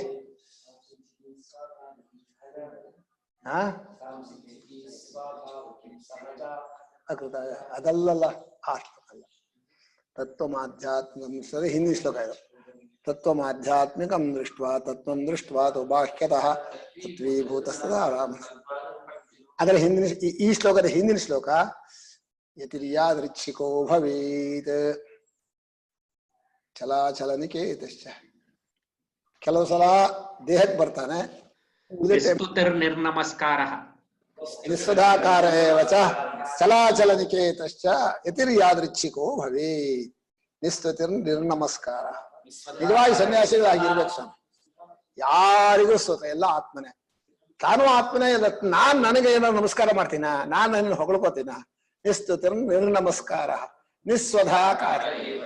ಯಾವುದು ಇಲ್ಲ, ದೇವ ಕೆಲಸವೂ ಇಲ್ಲ, ಪಿತೃಕಾರ್ಯವೂ ಇಲ್ಲ. ಚಲಾಚಲ ನಿಕೇತಶ್ಚ. ಹೇಗಿದ್ರೇನಂತೆ ಯತಿ ಸನ್ಯಾಸಿ? ಕಿಂ ಏತತ್ ಸಾಮಗಾಯನ್ ಆಸ್ತೆ. ಹೀಗಿದ್ದವನು ಏನ್ ಮಾಡ್ತಾನೆ ಅಂದ್ರೆ ಈ ಸಾಮವನ್ನು ಹಾಡ್ತಾನೆ. ಸಾಮ ಹಾಡ್ದ ಹಾಗೆ ಅವನ ಮನಸ್ಸಿರತ್ತೆ. ಹಾಡ್ತಾನೆ, ಸಾಮಗಾನ ಬರ್ಬೇಕೋ, ಅವ್ನು ಅವ್ನು ಹೇಳ್ಬೇಕು, ಆವಾಗಲೇ ಜಾರಿ ಹಾಗಲ್ಲ, ತರ್ಕ ಮಾಡ್ಬೇಡ್ರಿ. ಸಾಮಗಾಯನ್ ಆಸ್ತೆ. ಸಮತ್ವಾದ್ ಬ್ರಹ್ಮೈವ ಸಾಮ. ಇಲ್ಲಿ ಬರೆದಿದ್ದಾರೆ. ಈ ಛಾಂದೋಗ್ಯದಲ್ಲೂ ಅನೇಕರಲ್ಲಿ ಸಾಮ ಬರುತ್ತೆ. ಸಾ ಚಾಮಶ್ಚ ಸಾಮ. ಸಾ ಅಂದ್ರೇನೋ ವಾಕ್, ಅಮ ಅಂದ್ರೇನೋ ಪ್ರಾಣ. ವಾಕು ಪ್ರಾಣಗಳು ಒಟ್ಟಿಗೆ ಸೇರುತ್ತೆ. ಯಾಕಂದ್ರೆ ಮಾತಾಡ್ಬೇಕಾದ್ರೆ ಉಸಿರ್ಬೇಕು, ಆ ಉಸಿರಿಗೆ ಏನಾದ್ರು ಹೇಳ್ಬೇಕಾದ್ರೆ ಮಾತು ಬೇಕು. ವಾಕು ಪ್ರಾಣಗಳ ಸಂಬಂಧ ಸಾಮ. ಅಥವಾ ಸರ್ವಕ್ಕೂ ಸಮವಾದಂತಹ ಬ್ರಹ್ಮವಾದ್ರಿಂದ ಸಾಮ. ಸಮಾಧಾನವಾಗಿರೋದು ಸಾಮ ಅಂತ. ಹೀಗೆ ಸಾಮದ ಮಹಿಮೆಯನ್ನು ಬಹಳವಾಗಿ ಹೇಳಿದ್ದಾರೆ. ಸಮತ್ವಾದ್ ಬ್ರಹ್ಮೈವ ಸಾಮ ಅಂದ್ರೆ ಬ್ರಹ್ಮಕ್ಕೆ ಇಲ್ಲಿ ಸಾಮ ಅಂತ ಹೇಳಿದ್ದಾರೆ. ಸಾಮಗಾಯನ್ ಅಂದ್ರೆ ಬ್ರಹ್ಮಗಾಯನ್ ಅರ್ಥ. ಸರ್ವಾನನ್ಯ ರೂಪಂ ಗಾಯನ್. ಯಾವುದಕ್ಕೂ ಬೇರೆಯಾಗದ, ಎಲ್ಲಿಂದೂ ತುಂಡಾಗದ ಬ್ರಹ್ಮವನ್ನೇ ಹೊಗಳ್ತಾ ಇರ್ತಾನೆ. ಇದೆಷ್ಟು ಚೆನ್ನಾಗಿದೆ, ಅದೆಷ್ಟು ಚೆನ್ನಾಗಿದೆ ಹೇಳಲ್ಲ. ಇಲ್ಲೂ ಬ್ರಹ್ಮವೇ, ಅಲ್ಲೂ ಬ್ರಹ್ಮವೇ. ಆ ಬ್ರಹ್ಮದ ವಿಭೂತಿ, ಅವನ ಮಹಿಮೆ ಏನು ಅದ್ಭುತ ನೋಡಿ. ಬೇವಿನ ಸೊಪ್ಪಲ್ಲಿ ಹೀಗಿದೆ ಅಂದ್ರೆ ಏನು ಅದ್ಭುತವಾದ ಬ್ರಹ್ಮ ಅದು. ಪ್ರತಿಯೊಂದರ ವೈಶಿಷ್ಟ್ಯವೂ ಬ್ರಹ್ಮದ್ದೇ ಅಂತ ಹೇಳಿ ಉಪಾಧಿಯಿಂದ ಕಳಚಿ ವೈಶಿಷ್ಟ್ಯವನ್ನು ನೋಡ್ತಾನೆ. ಅವನು ಮನುಷ್ಯನೇ, ಅವನಿಗೂ ಕಣ್ಣಿದೆ, ಕಿವಿ ಇದೆ, ನಾಲ್ಗೆ ಇದೆ, ಎಲ್ಲ ಇದೆ. ಅವನ್ ಏನ್ ಮಾಡ್ತಾನೆ ಅಂದ್ರೆ, ನಾವು ಸಿಹಿ ಲಾಡು ಸಿಹಿ ಅಂತೀವಿ, ಜಿಲೇಬಿ ಸಿಹಿ ಅಂತೀವಿ. ಅವನು ಯಾವ ಸಿಹಿ ಅಂತಾನೆ? ಮೂಲಕ್ಕೆ ಹೋಗ್ತಾನೆ. ಈ ಜಗತ್ತಿನಲ್ಲಿರುವ ಮೂಲ ಸ್ವರೂಪವೇ ಇಷ್ಟು ಸುಂದರವಾಗಿ ಅವನಿಗೆ ಬ್ರಹ್ಮವು ಎಲ್ಲೂ ಕೆಟ್ಟದಾಗ ಕಾಣಲ್ಲ. ಏನು ಅದ್ಭುತವಾಗಿ ಕಾಣಿಸ್ತಾ ಇದೆ ಭಗವಂತ. ನೀವು ನೋಡಿದಿರೋ ಇಲ್ವಾ, ಗೀತೆಯ ಒಂದು ಶ್ಲೋಕಕ್ಕೆ ಸ್ವಾಮಿಗಳ ಇದರಲ್ಲಿ ಗೀತೋಪನ್ಯಾಸದಲ್ಲಿ ಬರ್ದಿದ್ದಾರೆ, ಮೃತ್ಯು ಸರ್ವಹರಶ್ಚಾಹಂ ಅಂತ. ಉದ್ಭವಶ್ಚ. ಆ ಮೃತ್ಯು ಸರ್ವಹರಶ್ಚಾಹಂ ಅನ್ನುವಾಗ ಭಗವಂತನ ಮಹಿಮೆ ಏನಿದು. ಮೃತ್ಯು ಅಂದ್ರೆ ನೋಡೋ, ಒಂದಲ್ಲ ಒಂದ್ ದಿವಸ ಎಲ್ಲ ಕಿತ್ಕೊಂಡ್ಬಿಡ್ತೀನಿ. ನೀನ್ ಹಿಡ್ಕೊಳಕ್ ಹೋಗ್ತೀಯ, ಅದೇನು 2 ಕೈ. ನಾನು ಕಿತ್ಕೊಳ್ಳೋನು ಎಷ್ಟು ಕೈ, ಎಷ್ಟು ಶಕ್ತಿ, ಈಗಲೇ ನೆನ್ಪಿಟ್ಕೊ, ಎಲ್ಲ ಒಪ್ಪಿಸ್ಬಿಡು. ನಾನು ಶರಣ ವ್ರಜ ಅಂತ ಹೇಳಿ ಭಗವಂತ ಎಲ್ಲರಿಗೂ ಅನುಗ್ರಹ ಮಾಡ್ತಾನೆ ಮೃತ್ಯುವಿನಿಂದ. ಆ ಮೃತ್ಯುವಿನ ವಿಭೂತಿಯನ್ನು ಒಂದು ಪೇಜ್ ಬರೆದ ನೋಡಿದ್ರೆ ಹೀಗೂ ನೋಡೋದಂತ. ಆ ಮೃತ್ಯು ಅಂದ್ರೆ ಭಯ ಆಗತ್ತೆ. ಏನು ಭಗವಂತನ ವಿಭೂತಿ ಅಂದ್ರೆ ಏನ? ಏನಿಲ್ಲ, ಎಲ್ಲರೂ ಮೃತ್ಯುವಾದ ಮೇಲೆ ಸಮ. ರಾಜನು ಮೃತ್ಯುವಾದ್ರು ಹಾಗೆಯೇ, ಸಾಮಾನ್ಯ ಇರುವೆ ಸತ್ರು ಅಷ್ಟೇನೆ, ಸೊಳ್ಳೆ ಸತ್ರು ಅಷ್ಟೇ. ಮೃತ್ಯುವ ಬಂದ ಮೇಲೆ ಮತ್ತೆ ಮೇಲೂ ಕಡಿಮೆ ಇಲ್ಲ. ಆಮೇಲೆ ಮೃತ್ಯು ವಿಕಾರವೆಲ್ಲ ಅಳಿಸ್ಬಿಡ್ತಾನೆ. ವಿಕಾರ ಗಲೀಜ್ಗಳ ಬೇಡ, ಯಾವ ವಿಕಾರವೂ ಇರೋದು ಬೇಡ. ಈ ಒಣ ಅಭಿಮಾನಗಳು, ಕೆಟ್ಟ ದೋಷಗಳು ಎಲ್ಲವೂ ತೆಗೆದು ಭಗವಂತ ಮೃತ್ಯುವಾಗಿ ಬಂದಾನು. ಯಾಕೆ ಕಟ್ಕೋತಾನ ಗೊತ್ತಾ? ಇಷ್ಟು ದಿವಸ ಟೈಮ್ ಕೊಟ್ಟೆ, ತಿಳ್ಕೊತೀಯ ಅಂತ.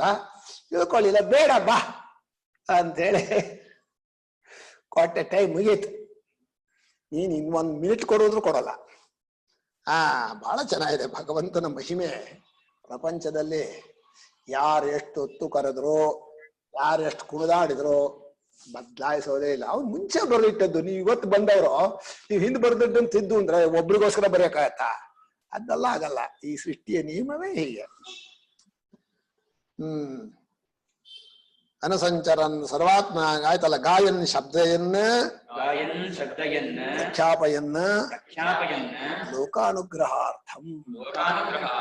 ಲೋಕದ ಅನುಗ್ರಹಕ್ಕೋಸ್ಕರವಾಗಿ ಲೋಕದವರೆಲ್ಲ ಉದ್ಧಾರವಾಗ್ಲಿ ಅಂತ ಬ್ರಹ್ಮಸ್ವರೂಪವನ್ನು ಹೇಳ್ತಾ ಇರ್ತಾರೆ. ಬ್ರಹ್ಮದ ಮಹಿಮೆ, ಬ್ರಹ್ಮಸ್ವರೂಪ, ಬ್ರಹ್ಮ ಚಿಂತನೆ, ಬ್ರಹ್ಮ ತತ್ವದ ಕಥನ, ಇದನ್ನೇ ಶಬ್ದಯನ್ನ ಎಲ್ಲ ಕಡೆಯಲ್ಲೂ ತೋರಿಸ್ತಾರೆ.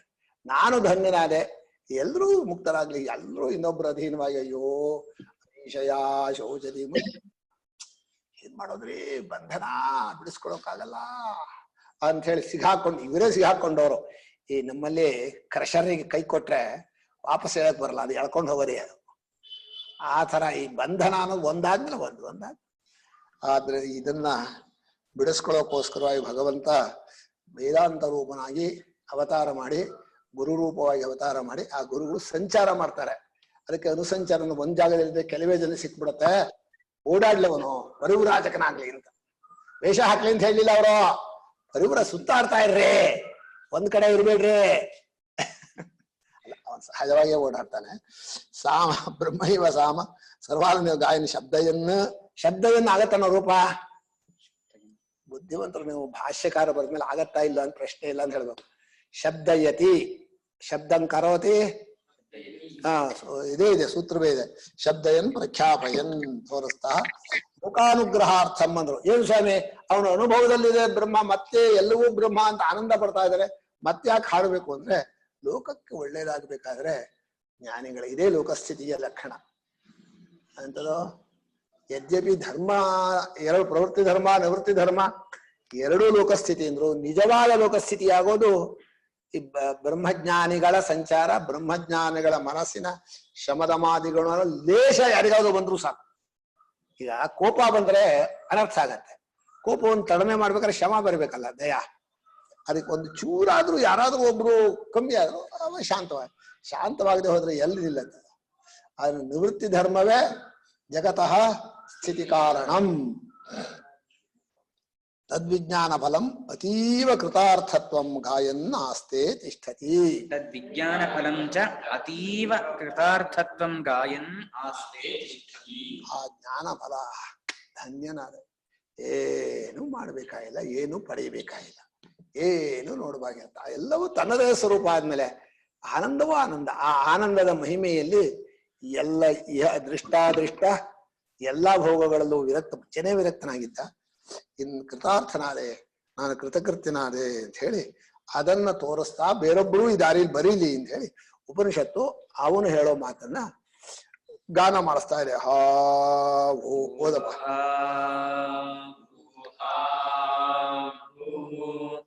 ಅಹಮನ್ನಂ ಅಹಮನ್ನಂ ಅಹಮನ್ನಂ ಅಹಮನ್ನಾದೋ ಓಹಮನ್ನಾದೋ ಓಹಮನ್ನಾದಃ ಅಹಗ್ಶ್ಲೋಕಕೃತ ಅಗ್ಶ್ಲೋಕಕೃತ ಅಗ್ಶ್ಲೋಕಕೃತ ಅಹಮಸ್ಮಿ ಪ್ರಥಮ ಜಾರದಾಸ್ಯ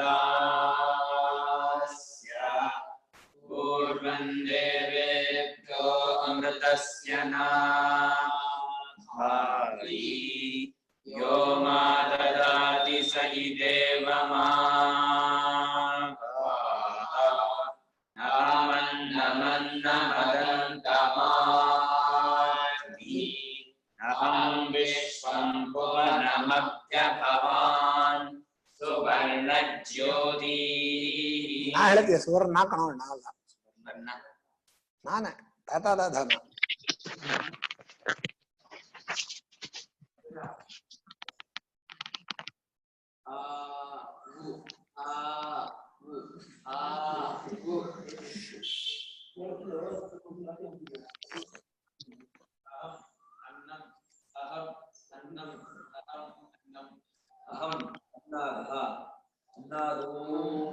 ಅಹಂ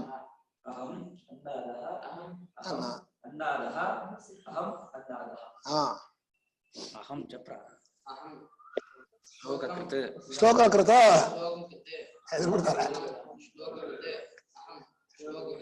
ಅಹಂ ಅಸ್ಮಿ ಪ್ರಥಮಜ ನಿಸರ್ಗ ಪ್ರಥಮಜಾಃ ಋತಾ ಅಸ್ಯ ಪೂರ್ವಂ ದೇವೇಭ್ಯಃ ಅಮೃತಸ್ಯ ನಾ ಇಲ್ಲ ನಾಭಿಹಿ, ನಾಭಿಹಿ ಅದು ಗಾನಕ ನಾಭಾ ಈ ಅಷ್ಟೇ. ನಾಭಿಹಿ ಒಂದೇ ಪದ.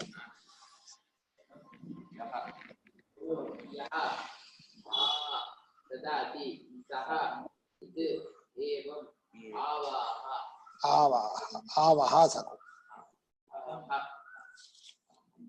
ಅನ್ನಂ ಅನ್ನಂ ಅದಂತಂ ಅದ್ಮಿ ಆ ಅದ್ಮಿ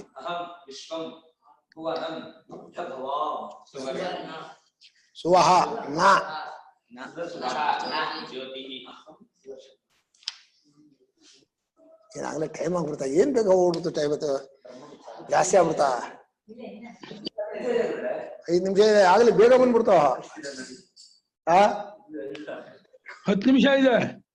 10 ನಿಮಿಷ ಇದೆಯಾ? ಎಲ್ಲಿದ್ದೀರಿ ಗುರುಗಳ ಕಾಣಿಸ್ತಾನೆ ಇಲ್ಲ. ಅಂತರ್ಧಾನ 12 ನಿಮಿಷ ಇದೆ ಗುರುಗಳೇ. ಆಯ್ತಮ್ಮ. ಇಲ್ಲಿ ಜ್ಞಾನಿಯು ತನ್ನ ಕೃತಾರ್ಥತೆಯನ್ನ ತೋರಿಸೋಕೋಸ್ಕರ ಹಾಡ್ತಾನೆ. ಹಾಡುವಾಗ ತನ್ನ ಅನುಭವವೇ ಹೇಳಿದ್ರು, ಲೋಕದವರಿಗೆ ತಿಳಿಯುವ ಹಾಗೆ ಹೇಳ್ಬೇಕಲ್ಲ.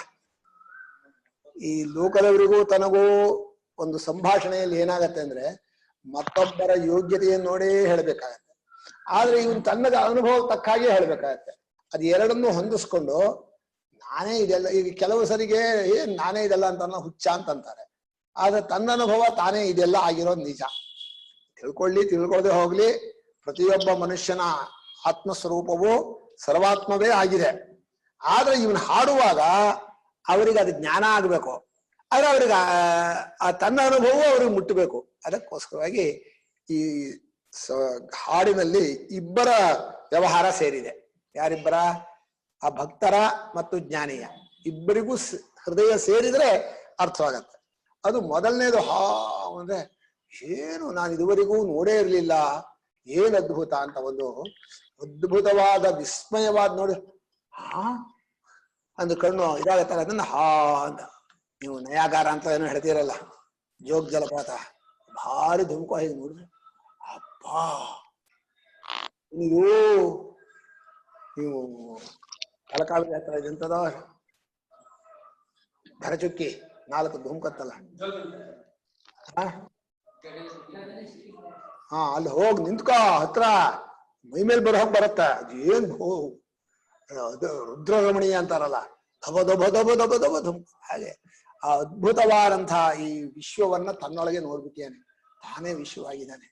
ಏನು ಈ ವಿಶ್ವ ಏನು? ತಾನೇ ತನ್ನ ಸ್ವರೂಪ ಹೇಗೆ ಒಳಗಡೆ ನೋಡಿದೆ ತಾನೇ ಎಲ್ಲ, ಹೊರಗೆ ನೋಡಿದೆ ವಿಶ್ವವೆಲ್ಲವೂ ತಾನೇ. ಅದನ್ನು ಅಂತ 3 ಸಲ ಅದ್ಭುತವಾದ ಆ ತನ್ನ ಅನುಭವವನ್ನ ಹೇಳೋಕ್ ಆರಂಭದಲ್ಲಿ ಎಂತ ಅನುಭವ.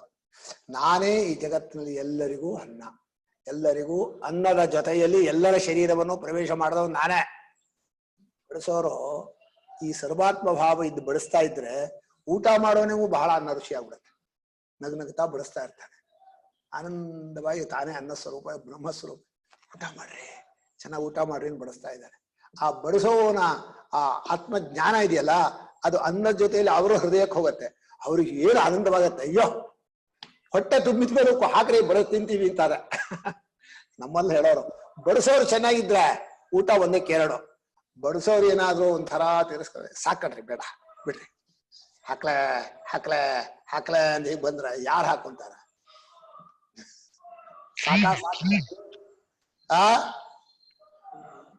ಹೀಗೆ ಅಹಮನ್ನಂ ಅಹಮನ್ನಂ ಅಹಮನ್ನಂ.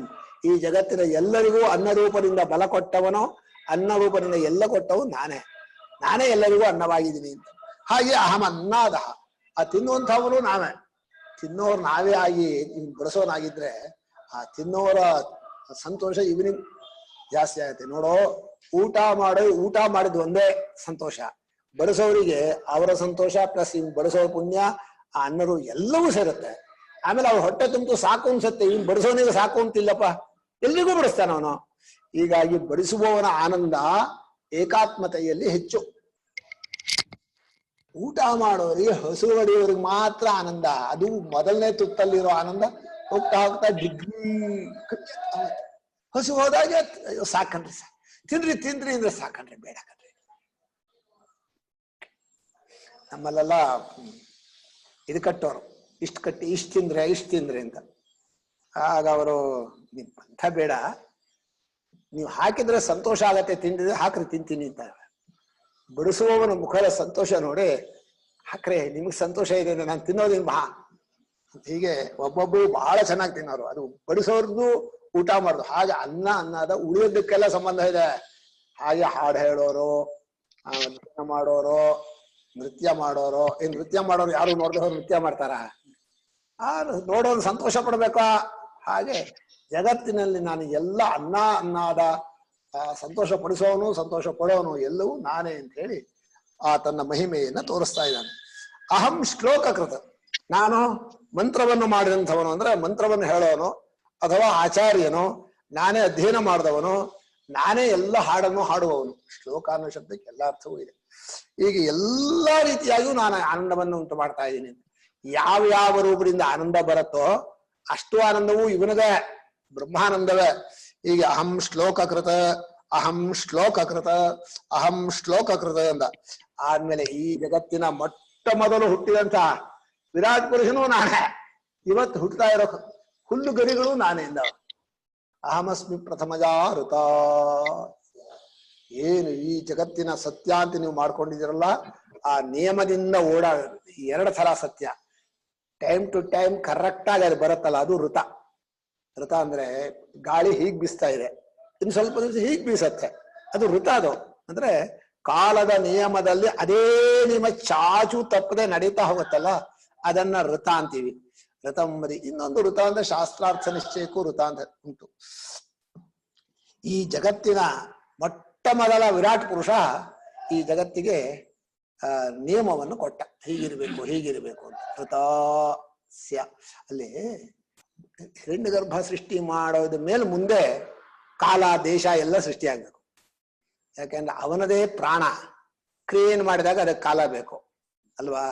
ಆ ಕಾಲವನ್ನು ಅಳತೆ ಮಾಡುವಾಗ ದಿನ, ಪಕ್ಷ, ಮಾಸ, ಋತು, ಅಯನ, ಸಂವತ್ಸರ ಇದಿಷ್ಟು ಒಳಭೇದಗಳು ಇರಬೇಕು. ಯಾಕೆಂದ್ರೆ ಅಷ್ಟಕ್ಕೆ ಒಂದೊಂದು ಫಲ ಬೇಕಾಗತ್ತೆ. ಕೆಲವು ದಿನಕ್ಕೆ ಫಲ, ಕೆಲವು ಪಕ್ಷಕ್ಕೆ ಫಲ, ಕೆಲವು ತಿಂಗಳಿಗೆ ಫಲ, ಕೆಲವು ಋತುವಿಗೆ ಫಲ, ಕೆಲವು ಅಯನಕ್ಕೆ ಫಲ. ಕೆಲವು ಅಯನಕ್ಕೆ ಸಸ್ಯಗಳು 2 ಸಲ ಫಲ ಕೊಡುತ್ತೆ. ತಸ್ಮಾತ್ ದ್ವಿಸಂವತ್ಸರಸ್ಯ. ಅಯ್ಯೋ ಏನೇನೋ ಹೇಳ್ತೀಯ ಗುರುಗಳೇ. ಅಯನ ಅಂದ್ರೆ ಏನು? ಅಯನ ಅನ್ನೋದು ದಕ್ಷಿಣಾಯನ, ಉತ್ತರಾಯಣಕ್ಕೆ ಅಯನ. ದಕ್ಷಿಣಾಯನ. ಸರಿ ಸರಿ ಸರಿ ಅಲ್ವಾ? ಹೀಗೆ ಸಂವತ್ಸರದಲ್ಲಿ ಎಲ್ಲವೂ ಅಡಕವಾಗೋದ್ರಿಂದ ಸಂವತ್ಸರಾತ್ಮನಾಗಿ ಹಿರಣ್ಯಗರ್ಭ ಬಂದ. ತತಃ ಪೂರ್ವಂ ಸಂವತ್ಸರ ಮಾಸ ಅಂತ ಉಪನಿಷತ್ತು ಬೃಹದಾರಣ್ಯಕ. ಆ ಹಿರಣ್ಯಗರ್ಭ ತನ್ನ ಕ್ರಿಯೆಯನ್ನ ಉಂಟು ಮಾಡದೆ ಹೋದ್ರೆ ಕಾಲಾತ್ಮ ಬರ್ತಿರ್ಲಿಲ್ಲ. ಕಾಲಾತ್ಮ ಬಂದು ಸಾಕಾಗಲ್ಲ. ಸಂವತ್ಸರದಲ್ಲಿ ಎಲ್ಲ ಯಜ್ಞಗಳು, ಎಲ್ಲ ಗಿಡ ಮರಗಳ ಫಲಗಳು ಎಲ್ಲ ಮಕ್ಕಳಾಗೋದು ಎಲ್ಲ ಒಂದು ಸಂವತ್ಸರದೊಳಗೆ ಆಗ್ಬೇಕು. 10 ತಿಂಗಳು, ಸಂವತ್ಸರದ ತಿಂಗಳು ಆಗಲ್ಲ.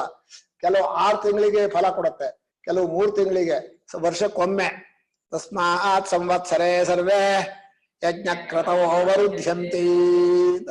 ಒಂದು ಸಂವತ್ಸರದಲ್ಲಿ ಹಿರಣ್ಯಗರ್ಭ ಎಲ್ಲ ಯಜ್ಞಗಳನ್ನು ಮಾಡ್ದ. ದಿನ ಮಾಡಿದ ಯಾವ ಯಜ್ಞ? ಅಗ್ನಿಹೋತ್ರ. 15 ದಿವಸಕ್ಕೆ ಯಾವ ಯಜ್ಞ ಮಾಡ್ದ? ದರ್ಶನ ಮಾಸ. ಆಮೇಲೆ 3 ತಿಂಗಳಿಗೆ ಏನೇನ್ ಮಾಡ್ದ? 4 ತಿಂಗಳಿಗೆ ಚಾತುರ್ಮಾಸ್ಯ ಮಾಡ್ದ. ಆಮೇಲೆ ಋತುವಿಗೊಂದು ಮಾಡ್ದ, ಋತು ಚಾತುರ್ಮಾಸ್ಯ ಅಂತ ಉಂಟು. ಆದ್ಮೇಲೆ ಪಶುಬಂಧ ಮಾಡ್ದ. ಆದ್ಮೇಲೆ ವಸಂತೆ ಜ್ಯೋತಿಷಾಯ ಸೋಮಯಾಗವನ್ನು ಮಾಡ್ದ. ಆಮೇಲೆ ಇನ್ನೊಂದ್ಸಲ ಮಹಾಗ್ನಿ ಚಯನ ಮಾಡ್ದ. ಹೀಗೆ ಒಟ್ಟು ನಿತ್ಯ ಯಜ್ಞಗಳು ಒಂದು ಸಂವತ್ಸರ ಒಂದ್ಸಲ ಅಡಕವಾಗತ್ತೆ, ಮತ್ತೆ ಇನ್ನೊಂದ್ಸಲ ಸಂವತ್ಸರ. ಈ ದಿನ ಯಾವತ್ತೂ ತಪ್ಪೋದಿಲ್ಲ. ಈಗ ದಿನ ಊಟ ಅನ್ನೋದು ಇದೆಯಲ್ಲ, ಊಟನೂ ಮುಂಟೆ ಉಂಟು. ಗಣಪತಿ ಹಬ್ಬ ಅಂತ ಹೇಳಿ ಊಟ ಇಲ್ಲದೆ ಗಣಪತಿ ಹಬ್ಬ ಆಗತ್ತನೋ? ಹೀಗೆ ಹಿರಣ್ಯಗರ್ಭನಾಗಿ ಈ ಜಗತ್ತಿನ ಎಲ್ಲವನ್ನೂ ನಾನು ಉಂಟು ಮಾಡದೆ ದೇವತೆಗಳಿಗಿಂತ ಮೊದಲು ಇದ್ದೆ. ಅಮೃತದ ಆಧಾರ ನಾನು. ಅಮೃತದ ನಾಭಿ ಅಂದ್ರೆ ಅಮೃತದ ಆಧಾರ. ಈ ಜಗತ್ತಿನ ಅಮೃತಕ್ಕೆಲ್ಲಕ್ಕೂ ನಾನೇ ಕಾರಣ. ಅಮೃತ ಯೋ ಮಾ ದದಾತಿ, ಯಾರು ನನ್ನನ್ನು ಕೊಡ್ತಾನೋ ಅವನು ಇದೇವ ಆವಾಹ, ಅವನು ನನ್ನನ್ನು ಕಾಪಾಡ್ದ ಹಾಗೆ. ಆವಾಹ ಅವಹ ಅನ್ನೋದ ಅರ್ಥ ಆವಾಹ ಅಂತ ಆಗಿದೆ. ಯಾರು ನನ್ನನ್ನು ಕೊಡ್ತಾನೋ ಅಂದ್ರೆ ಅನ್ನದಾನ ಮಾಡ್ತಾನೋ ಅವನು ತನ್ನನ್ನು ಕಾಪಾಡ್ಕೋತಾನೆ, ನನ್ನನ್ನು ಕಾಪಾಡ್ತಾನೆ. ಅಂದ್ರೆ ದೇವತೆಗಳಿಗಾಗ್ಲಿ ಪಿತೃಗಳಿಗಾಗಲಿ ಮನುಷ್ಯರಿಗಾಗ್ಲಿ ಅನ್ನದಾನವನ್ನು ಮಾಡ್ತಾ ಇರ್ತಾರೆ. ಅನ್ನದಾನ ಮಾಡಿದಷ್ಟು ನಿಮ್ಮ ಆಯುಷ್ಯ ಜಾಸ್ತಿ, ನಿಮ್ಮ ಪಾಪಗಳು ಹೋಗುತ್ತೆ, ನಿಮ್ಮ ದೋಷಗಳು ಹೋಗುತ್ತೆ. ನಮ್ಮ ಮಹಾರಾಜರು ಒಂದು ಮಾತು ಹೇಳೋರು. ಅವರ 2ನೇ ಪತ್ನಿ, ದೊಡ್ಡ ಕಥೆ ಅದು. ಕಣ್ಣಿಲ್ದೇ ಇರೋ ಕುರುಡಿಯನ್ನ ಸೇವೆ ಮಾಡಕ್ಕೋಸ್ಕರ ಮದುವೆ ಮಾಡ್ಕೊಂಡವ್ರು. ಪ್ರಪಂಚದಲ್ಲಿ ಸೇವೆಗೋಸ್ಕರ ಮಾಡ್ಕೋತೀನಿ ಅಂತ ಹೇಳಿ ಅದು ಎಷ್ಟು ತಮಾಷೆ ಗೊತ್ತಾ.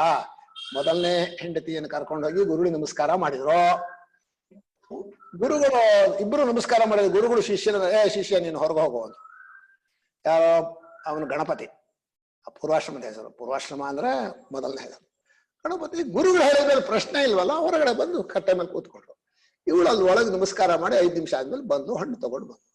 ಈ ಮಹಾರಾಜ ಕೇಳಬೇಕ, ಏನೋ ಗುರುಗಳು ಆಶೀರ್ವಾದ ಮಾಡ್ಕೊಟ್ರ, ಏನ್ ವರ ಕೇಳಿದೆ? ನಂಗೆ ಗೊತ್ತು, ಏನ್ ವರ ಕೇಳಿದೆ? ಇಲ್ಲ ಮಕ್ಕಳಾಗಲಿ ಅಂತ ಕೇಳಿದೆ. ಇದೇನ ಕೇಳೋದು? ರಾಮನ ಮೇಲೆ ಭಕ್ತಿ ಕೊಡು, ಗುರುಗಳ ಮೇಲೆ ಭಕ್ತಿ ಕೊಡು ಅಂತ ಕೇಳೋದ್ ಬಿಟ್ಟು ಮಕ್ಕಳಾಗ್ಬೇಕು ಅಂತ ಕೇಳಿದ್ಯಾ? ಗುರುಗಳು ಹೋಗ್ಬಿಟ್ರು ಅಲ್ವಾ? ಹೌದು, ಗುರುಗಳು ಹೇಳಿದ್ದಾಗತ್ತೆ, ಮಕ್ಕಳಾಗತ್ತೆ. ಮಕ್ಕಳು ಉಳಿಯಲ್ಲ, ನೀನು ಉಳಿಯಲ್ಲ. ಮಕ್ಕಳು ಆಯ್ತು, ಹೆಂಡತಿನೂ ಹೋದ್ರು, ಮಕ್ಕಳು ಹೋದ್ರು. ಅವ್ರ ಅಮ್ಮ ಬಿಡ್ಲಿಲ್ಲ. ಗಣೋ ಇನ್ನೊಂದು ಮದುವೆ ಮಾಡ್ಕೊಂಡು. ಸಾಕಮ್ಮ, ರಾಮ ಕೊಟ್ಟ ಆಯ್ತು, ಇನ್ಯಾತಕ್ ಮದುವೆ? ಇಲ್ಲ ಮಾಡ್ಕೊಂಡು 1-2 ವರ್ಷ ಕಾಯಿಸಿದ್ರು, ಬಿಡ್ಲಿಲ್ಲ. ಅವರಮ್ಮ, ಅಯ್ಯೋ ಭಾರಿ ಇದೆಯೇ, ಈಶ್ವರ್ಯ ಇದೆ, ಏನು ನೀವು ಒಬ್ಬನೇ ಇರೋನು, ಏನು ಎಲ್ಲ ನಮ್ಮ ಮಕ್ಕಳ, ಇನ್ನೇನು ಬೇರೆ ಊರೇ ನಮ್ಮ ಮಕ್ಕಳು. ಇಲ್ಲ ಆಗಲ್ಲ, ಇನ್ನೊಂದು ಮದುವೆ ಮಾಡಿ. ಅವ್ರು ಯಾವುದೋ ಒಂದು ಹಳ್ಳಿಲಿ ಇಂಥವರ 3ನೇ ಮಗಳನ್ನ ನಾನು ಮದುವೆ ಆಗ್ತೀನಿ. ಊರ್ನವರೆಲ್ಲ ಹೋದ್ರು, ಮಹಾರಾಜರ ಮದುವೆ ಆಗ್ತೇನೆ. ದೊಡ್ಡವರೆಲ್ಲ ಹೋಗಿ ಹಳ್ಳಿಗೆ ಹೋದ್ರೆ ದೊಡ್ಡ ಮಗಳನ್ನ ಕರ್ಕೊಂಡ್ ಬಂದ. ಇವಳ ಹೆಸರೇನು ಎಲ್ಲ ಕೇಳಿದ್ರು, ಚೆನ್ನಾಗಿದ್ದಾರೆ. ಅವಳು ದೊಡ್ಡವಳು. ದೊಡ್ಡವಳ, ಹಾಗಾದ್ರೆ ಬೇಡ, ಇನ್ನೊಂದು ಮಗು. 2ನೇವಳು ಬಂದು, 2ನೇವಳು ಚೆನ್ನಾಗಿದ್ದು. 2ನೇ ಚೆನ್ನಾಗಿದ್ದ. ಏನಮ್ಮ? ಮಾಡ್ಕೋತೇನೆ ಇನ್ನು. ಎಷ್ಟನೇವಳು? 2ನೇವಳು. 2ನೇವಳ, ಇನ್ನೊಬ್ಳು ಇನ್ನೊಬ್ರನ್ನ ಅವ್ರು ಕರೆಸ್ಲಿಲ್ಲ. ಯಾಕೆ ಏನ್ ಜನ ಕೇಳಿದ್ರು. ಮಹಾರಾಜರು ಕೇಳ್ತಾ ಇದಾರೆ 3ನೇ ಮಗಳನ್ನ. ಇಲ್ಲ, ಅವಳಿಗೆ ಕಣ್ಣಿಲ್ಲ. ಕಣ್ಣಿಲ್ದೆ ಹುಡುಗಿನ ಮದುವೆ ಮಾಡ್ಕೋಬೇಕಂತ ಅಲ್ಲಿಂದ ನಮ್ಮನ್ನ ಕಳ್ಸಿದಾರ. ಈಗೇನ್ ಮಾಡೋದು? ಬಂದ್ಬಿಟ್ಟಿಯಾರೆ, 3ನೇ ಮಗಳನ್ನ ಬೇರೆ ಹೇಳ್ಬಿಟ್ಟಿಯಾರೆ. ಆ 3ನೇ ಹುಡುಗಿನ ಮದುವೆ ಮಾಡಿ ಅವಳ ಸೇವೆ ಮಾಡ್ಬೇಕು ನಾನು, ಅದು ರಾಮನ ಸೇವೆ ಅಂತ ಹೇಳಿ ಆ 3ನೇ ಸೇವೆ ಮಾಡ್ಕೊಂಡಿದ್ರು. ಇವ್ರ ರೂಮ್ ಇಲ್ಲಿ, ಪಕ್ಕದ ರೂಮ್ ಮಾತಾಜಿ ರೂಮು. ಆ ಹೆಣ್ಮಗಳು ಪಾಪ ಮತ್ತೆ ಮಹಾರಾಜರಿಗೆ ಊರಿನವರೆಲ್ಲ ಎಲ್ಲ ಕಡೆಗೂ ಪ್ರಸಿದ್ಧ ಮಹಾಸಿದ್ಧ ಪುರುಷರು, ಬೇಕಾದಷ್ಟು ಜನ ಕಾಣಿಕೆ ಕೊಡೋರು. ಮಹಾರಾಜರಿಗೆ ಯಾವುದು ನೋಡ್ತಿರ್ಲಿಲ್ಲ, ಎಲ್ಲ ಹಂಚ್ರಿ ಅನ್ನೋರು. ಊರಿನವರೆಲ್ಲ ಅಲ್ಲೇ ಊಟ ಮಾಡೋದು. ಊರಿನವರೆಲ್ಲ ಇಡೀ ಮಹಾರಾಜರ ಕುಟುಂಬ ಅಂದ್ರೆ ಅಖಂಡ ಊರೇ, ಒಂದೇ ಮನೆ, ಒಂದಾವಳಿ ಒಂದೇ ಮನೆ. ಆಗ ಅವರು ಒಂದ್ ದಿವಸ ಏನಾಗ್ಬಿಡಿ, ಊರಿನವ್ರು ಭಜನೆ ಮಾಡ್ತಾ ಇದ್ದಾರೆ, ಮಾತಾಜಿ ಹುಷಾರಿಲ್ಲ. ಸುಮ್ಮನೆ ಅದು ಇವರೆಷ್ಟು ಭಜನೆ, ರಾಮನ ಭಜನೆ ಮಾಡು. ಹೀಗೆ ಆಗ್ತಾ ಹೋಯ್ತು. ರಾತ್ರಿ ಕಳೆಯಲ್ಲ ಅಂತ ಬೆಳಗಿನ ತನಕ ಹೊತ್ತಿಗೆ ಮಾತಾಜಿ ಹೋಗ್ಬಿಡ್ತಾರೆ. ಆ ಮಹಾರಾಜರಿಗೆ ಹತ್ರ ಹೋಗಿ, ಮಾತಾಜಿ ಹೋಗ್ಬಿಡ್ತಾರೆ, ಒಂದ್ ಕೆಲಸ ಮಾಡ್ರಿ, ಆ ಮಂಚದ ಅಡಿಲಿ ಟ್ರಂಕ್ಗಳಿದೆಯಲ್ಲ ಅದೆಲ್ಲ ತಗೊಂಬನ್ನಿ, ಎಲ್ಲ ಊರಿನವ್ರಿಗೆಲ್ಲ ಕೊಟ್ಬಿಡ್ರಿ, ಖಾಲಿ ಟ್ರಂಕ್ ಮಾಡ್ರಿ, ಎಲ್ಲ ದಾನ. ಅವ್ರಿಗೇನೋ ಅಷ್ಟು ಗೊತ್ತಿಲ್ಲ, ಅವ್ರ ಮಂಚದ ಮೇಲೆ ಮಲಗಿದ್ದಾರೆ, ಎಚ್ಚರ ಇಲ್ಲ, ಹುಷಾರಿಲ್ಲ, ದಮ್ಮು. ಅಷ್ಟು ತೆಗೆದ್ರು ಊರು ಅಷ್ಟು ಮಹಾರಾಜರು ಹೇಳಿದ್ಮೇಲೆ ಅದು ಎಲ್ಲ ದಾನ ಮಾಡ್ಬಿಟ್ಟು ಹುಷಾರಾಗ್ಬಿಡ್ತು, ಹೋಗ್ಬಿಡ್ತು. ಆವಾಗ ಮಹಾರಾಜರು ಹೇಳಿದ್ರು, ಸಂಗ್ರಹ ಮಾಡಿದವರಿಗೆ ಮಾತ್ರ ಕಾಯಿಲೆ ಬರುತ್ತೆ, ನೆನ್ಪಿಟ್ಕೊಳ್ಳಿ. ಜೀವನದಲ್ಲಿ ಹೆಚ್ಚು ಸಂಗ್ರಹ ಮಾಡ್ತೀಯಾ, ಹೆಚ್ಚು ಕಾಯಿಲೆ ಬರುತ್ತೆ. ಅದು ಆ ತಾಯಿ ಬೆಳಗ್ಗೆ ಕೂಡ ಟ್ರಂಕ್ ತಡ್ಕಾದ್ರು. ಅಲ್ಲ, ಪ್ರಾಣ ಹೋಗ್ತಾ ಇತ್ತು, ಆ ಟ್ರಂಕ್ ಒಂದ್ರಲ್ಲೂ ಒಂದು ಇಲ್ವೇ ಇಲ್ಲ. ಹೀಗೆ ಎಲ್ಲವನ್ನು ದಾನ ಮಾಡುವವನು ತನ್ನನ್ನು ಕಾಪಾಡ್ಕೊತಾನೆ. ಅನ್ನಮನಂತಂ.